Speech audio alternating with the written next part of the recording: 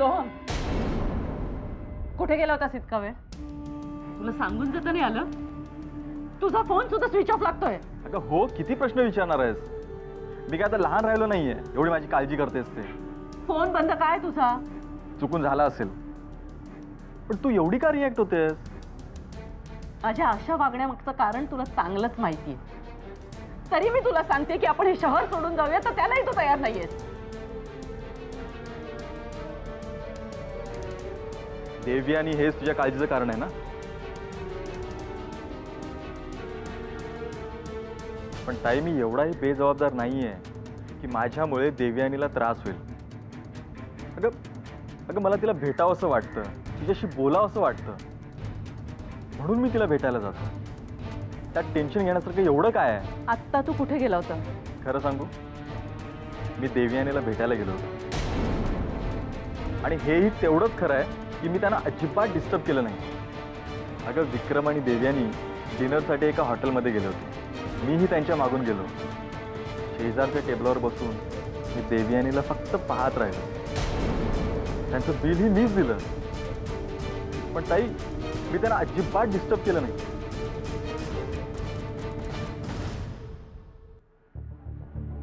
ताई, अगं रात्र खूप झाले, चला मला पण शांत झोपायचंय. चल ना ताई, चल.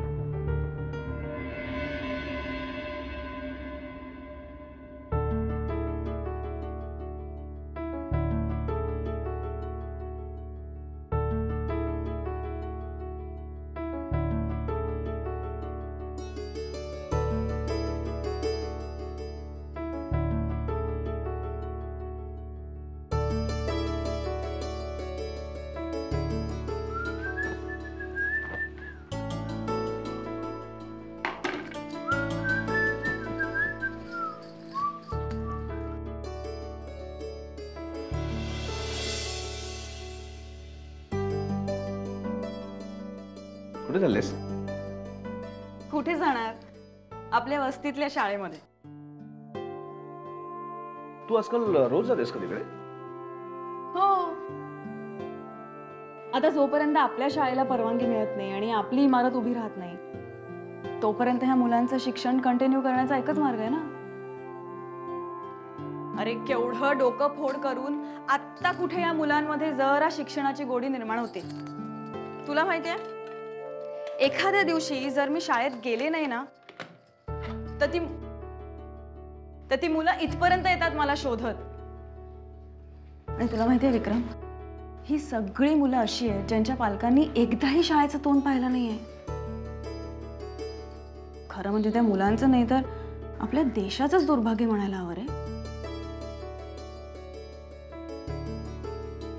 काय झालं, असं काय पाहतोयस? तुम्हा शिक्षकांना लेक्चर देण्यातनं काय आनंद मिळत असेल ना? समोर कोणीतरी सापडलं. मी लेक्चर देते तुला? नाही असं म्हटलं आम्ही. नाही काय केली तुझी थट्टा केली नाही, पण तू म्हणालीस खरं आहे. आपल्या देशात ना एकूणच शिक्षणाबद्दल फारच उदासीनता आहे. म्हणजे पालकांपर्यंत अजून शिक्षणाचं महत्त्व पोहोचलंच नाहीये. म्हणून आम्ही असं ठरवलं आहे की काय? मी असं ठरवलंय देवयानी की आता भावी पालक म्हणून शिक्षणाचं महत्त्व आम्ही जाणून घेणार आणि समाजापर्यंत पोहोचवणार. आणि त्यासाठी तुझ्या शाळेत येऊन शिकण्याची आमची तयारी आहे. फक्त त्यासाठी तू जर आम्हाला ॲडमिशन दिलीस तर फार बरं होईल. मी देईन ना ॲडमिशन देईन. पण एक गोष्ट लक्षात ठेवायची की ह्या बाई खूप स्ट्रिक्ट आहेत. तुझ्यासारख्या अनेक टार्गेट मुलांना मी ठिकाणावर आणलंय, त्यामुळे तुला ठिकाणावर आणायलाही मला वेळ लागणार. अच्छा, तू जर बाई म्हणून असेल ना तर आम्ही आयुष्यभर तुझ्या शाळेत शिकायला तयार आहोत. आणि तू तुझ्या हातचा मार खायला तयार आहोत. विक्रम, मला शाळेत वेळेत जायचंय आणि तुलाही ऑफिसला जायला उशीर होतोय. चालेल. मला नाही जाणार. आम्हाला चालेल. मलाही चालेल. हो चला आता धडा नंबर 2. नाही.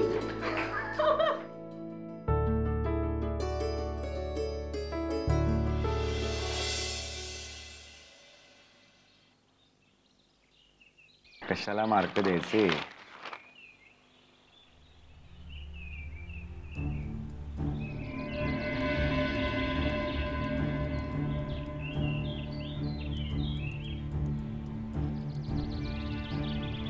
श्रावणी काल केटी बरोबर बाहेर गेली होती. रात्री उशिरा परत आली. तुला कोणी येऊनही सांगितलं काय फोन करून? तिला जाताना आणि रात्री घरी उशिरा परत येताना मी स्वतः पाहिले. शाहूशी बोललीस? बोलले ना. मी काही सांगितलं ते ऐकलंच नाही. वर 4 गोष्टी मलाच ऐकवल्या. मी जाताना तिला विचारलं, ही कुठे चाललीस? मित्रांबरोबर जाते असं सांगितलं. केटी बरोबर जाते असं सांगितलं नाही. केटी जेव्हा रात्री घरी सोडायला आला तेव्हा कळलं. शाहूचं हे वागणं पाहून मला खरंच टेन्शन यायला लागलंय. अभिलाषा,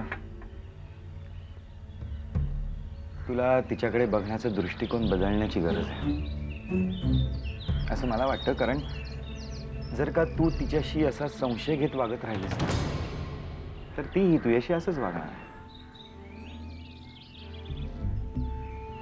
रात्री अपरात्री मुलीने घराबाहेर राहू नये असं जर मला वाटलं तर माझं काय चुकलं? आणि हेच तिला मी समजवण्याचा प्रयत्न करत होते. तर माझा हा मॉडेलिंगचाच एक भाग आहे असं मला ठणकावून सांगितलं तिने. मला नाही वाटत ती काही चुकीचं बोलते. म्हणजे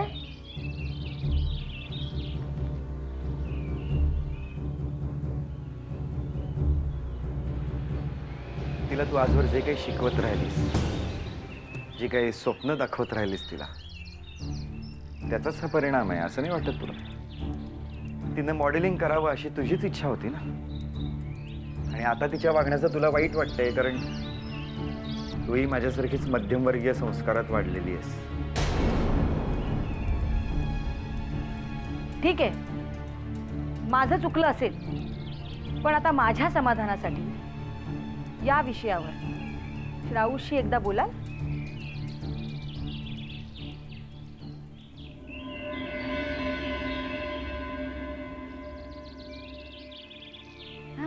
जाने मन पलट तेरी नजर.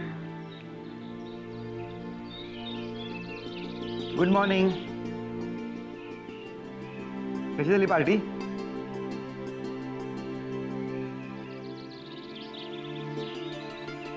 कसं झालं डिनर? किटी बरोबर गेली होतीस ना?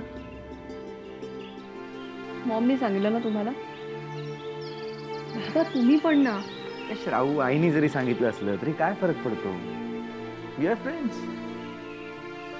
तुम्ही मॉमला समजवा ना. मी ज्या प्रोफेशन मध्ये आहे त्याच्यामध्ये ह्या सगळ्या गोष्टी गरजेच्या असतात बाबा.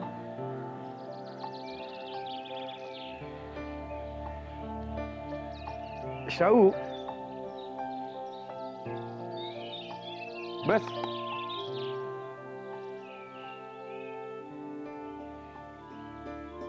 शाहू काय ना, तिला काहीही सांगितलं तरी तिला नाही समजणार, कारण शेवटी ती तुझी आई आहे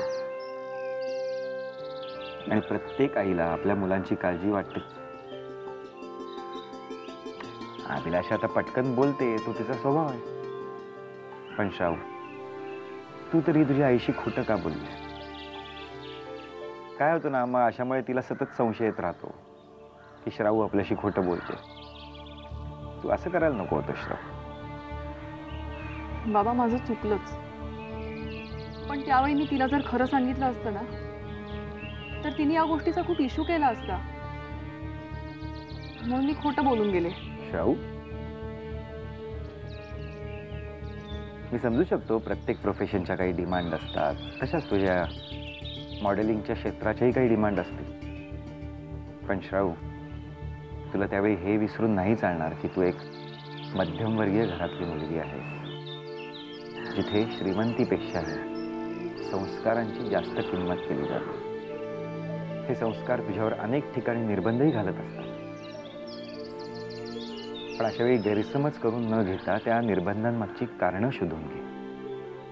ही कारणं तुला ज्या दिवशी सापडतील ना श्राव, माझी खात्री आहे त्या दिवशी तू अजून मॅच्युअर झाली असशील.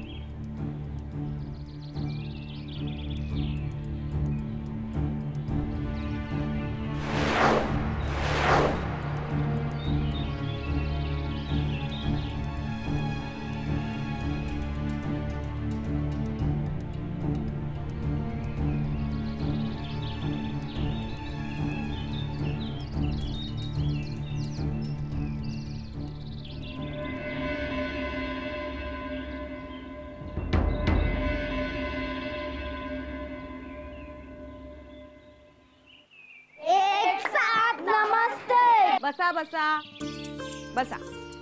देवयानी ताई,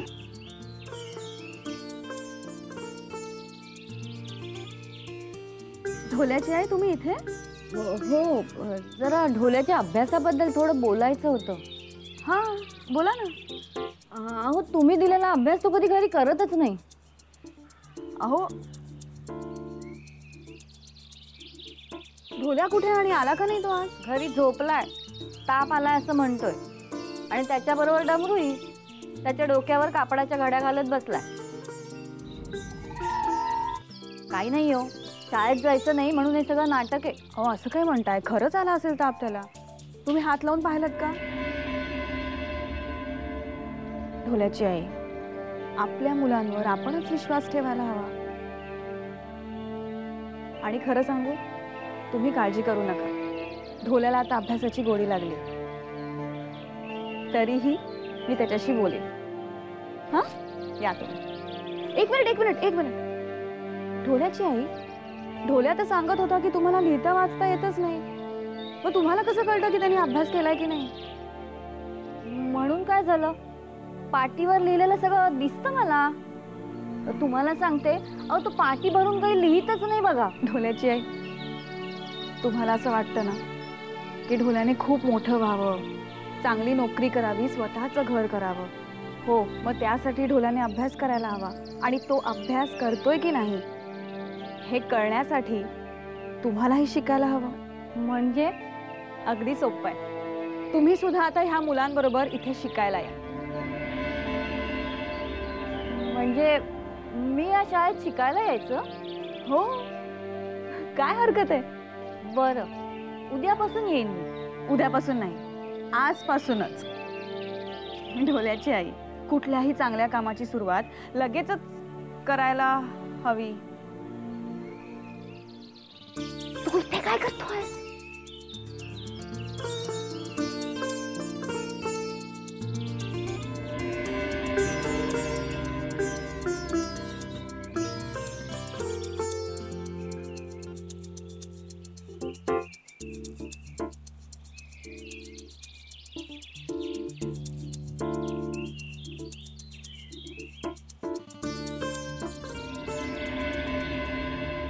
देवयानी ताई, तुम्हाला एक प्रश्न विचारू? विचारा ना. तुमची स्वतःची एवढी मोठी शाळा असताना तुम्ही या मुलांना इथे का शिकवता? या मुलांना त्या शाळेत का नाही बोलवत शिकायला? जागा कुठलीही असली तरी शिक्षण बदलत नाही, हो की नाही? आणि तुम्ही काळजी करू नका, लवकरच आपण इथेच एक मोठी शाळा बांधूया आणि मग ही सगळी मुलं त्याच शाळेत शिकतील. हा, हो ना मुलांनो? चला आता बसा. बसा. काल आपण काय शिकलो? व्यंजन आणि स्वर. आता मी लिहिते ते लिहून घ्या. का रे बाबा, टोमॅटो कसा दिला? 40 रुपए किलो. 40 रुपए, 2 किलो दो.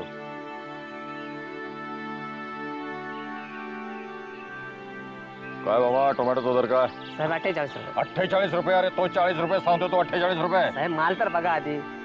काय माल? बरं फ्लॉवर कसा दिला? फ्लावर 24 रुपये. 24 रुपये? अरे ही लोकशाही आहे का मोगलाई आहे? साहेब आमच्या घरी माल पिकत नाही, तुम्हाला भाजी तर घ्यायची आहे ना? घ्यायची आहे म्हणून बाजारात आलोय ना मी. पण तू असं जर दसपट वाढीना भाजी विकत असतील तर मग गोरगरीब जनतेला खायचं काय, त्यांनी जगायचं कसं?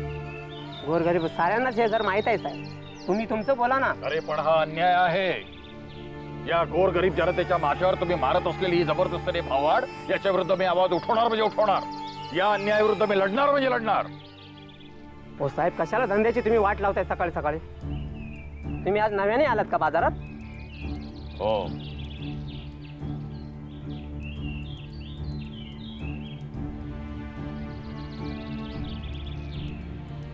मेजर प्रतापराव. तू साक्षी. मृत्युंजयची मुलगी. अरे वा. काय करता इथे? अगं भाजी घेण्यासाठी आलो होतो. मी इथं जवळच राहतो ना. आता इथेच स्थायिक व्हायचं ठरवलंय, तेव्हा हा बाजार हाट आलाच. चल सगळी यंदागोंदी चाललेली आहे, आपण घरी जाऊ. चल चल चल चल. तू पण भाजी घेण्यासाठी चालली होतीस का? हो. कसे आहेत घरी सगळे? हो बरे. तू कशी आहेस? बरी आहे. पण काका, तो भाजीवाला ना बरोबर सांगत होता. म्हणजे हल्ली भाज्यांचे भाव खरंच एवढे असतात. काय सांगतेस काय तू? हो. अरे बाप रे, म्हणजे मला आता या सगळ्या गोष्टींची हळूहळू सवय करायलाच हवी. चल आपण घरी जाऊन गप्पा मारू. चल. आत्ता? हा. नको काका, मी संध्याकाळी येऊ. नक्की? नक्की. मग एक काम करूया, आता आलोयस तर आणि तू सांगतेस आहेस तर मग भाजी घेऊया 40 रुपयाने. काय करणार? चल. मला घेऊन दे बघ, त्यातल्या तर तुला काही कमी करता आलं तर बघ. मला काय यातलं माहित नाही. हा. आता मला सांगा की हे अक्षर कोणत्या स्वरापासून तयार होतं? सांगा, लवकर सांगा. देवयानी ताई, असा कधी प्रश्न असतो का? आम्हाला समजेल असा एखादा प्रश्न विचारा ना. ढोल्याची आई, आत्ताच मी तुम्हाला स्वर आणि व्यंजन ह्यामधला फरक शिकवला की नाही? आठवतंय ना?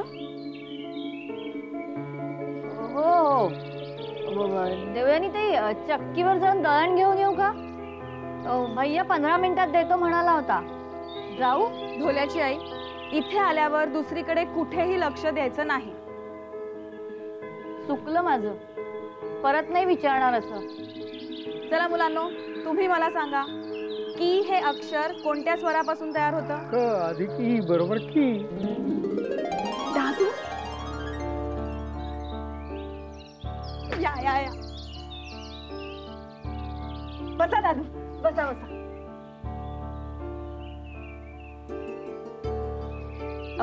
मुलांना मी तुमची ओळख करून देते. हा, हे माझे दादू.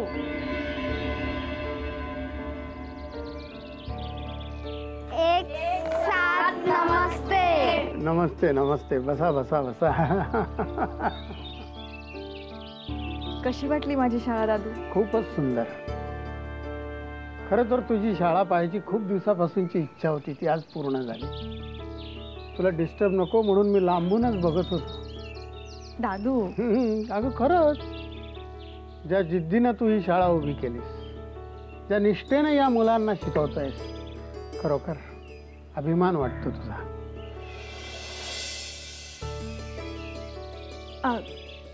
दादू, आता तुम्ही इथे आलायत ना, तर मुलांशी जरा बोला ना. बोलू? अवघड आहे. मुलांनो, आज सगळेजण तुम्ही इथं शिकण्यासाठी आलेला आहात हे पाहून तुमचं सर्वप्रथम अभिनंदन. शाळेची एक गंमत असते बरं का मुलांना. तुम्ही कुठेही राहत असलात, कसेही जगत असलात तरी नियमितपणे शाळेत यायला लागलात ना की जगातल्या चांगल्या गोष्टींशी तुमची ओळख होते.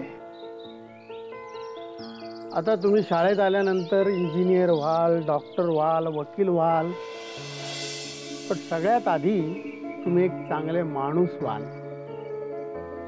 आणि एकदा तुम्ही चांगले माणूस झालात ना की तुमचं जगणं एकदम सोपं होऊन जाईल. आयुष्यातले चढ उतार खाच खळगे तुम्हाला बरोबर समजतील आणि त्याच्यावरचे उपाय तुम्ही हुडकून काढाल.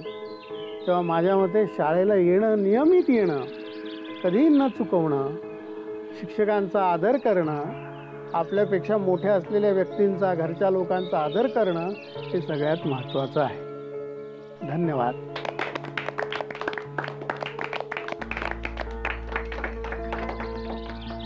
देवयानी, तू या मुलांना राजे शिर्के विद्या मंदिरात ॲडमिशन का नाही मिळवून देत? तू तिथे शिक्षिका म्हणून काम करतेस ना?